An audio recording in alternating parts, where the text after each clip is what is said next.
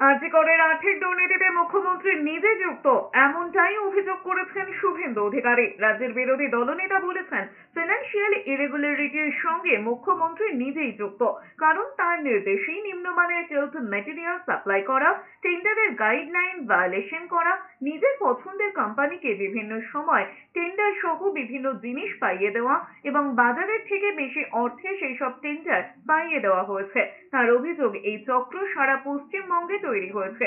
এজন্য দায়ী মমতা বন্দ্যোপাধ্যায়। ফিনান্সিয়াল ইরেগুলারিটির সঙ্গে তো মুখ্যমন্ত্রী নিজে যুক্ত। হেলথ ডিপার্টমেন্টে যে কাণ্ড কারখানা কিছু লোক করেছেন, মুখ্যমন্ত্রী নিজে যুক্ত, কারণ তার নির্দেশে নিম্নমানের হেলথ মেটেরিয়াল সাপ্লাই করা, টেন্ডার সিবিসি গাইডলাইন ভায়োলেশন করা, নিজের পছন্দের কোম্পানিকে বিভিন্ন রেট জিনিস পাইয়ে দেওয়া এবং বাজারের থেকে বেশি অর্থে সেই সব টেন্ডার করানো এবং তাদেরকে পেমেন্ট করা। এই যে র্যাকেট গোটা পশ্চিমবঙ্গে তৈরি হয়েছে, এর জন্য দায়ী হচ্ছে মমতা ব্যানার্জি।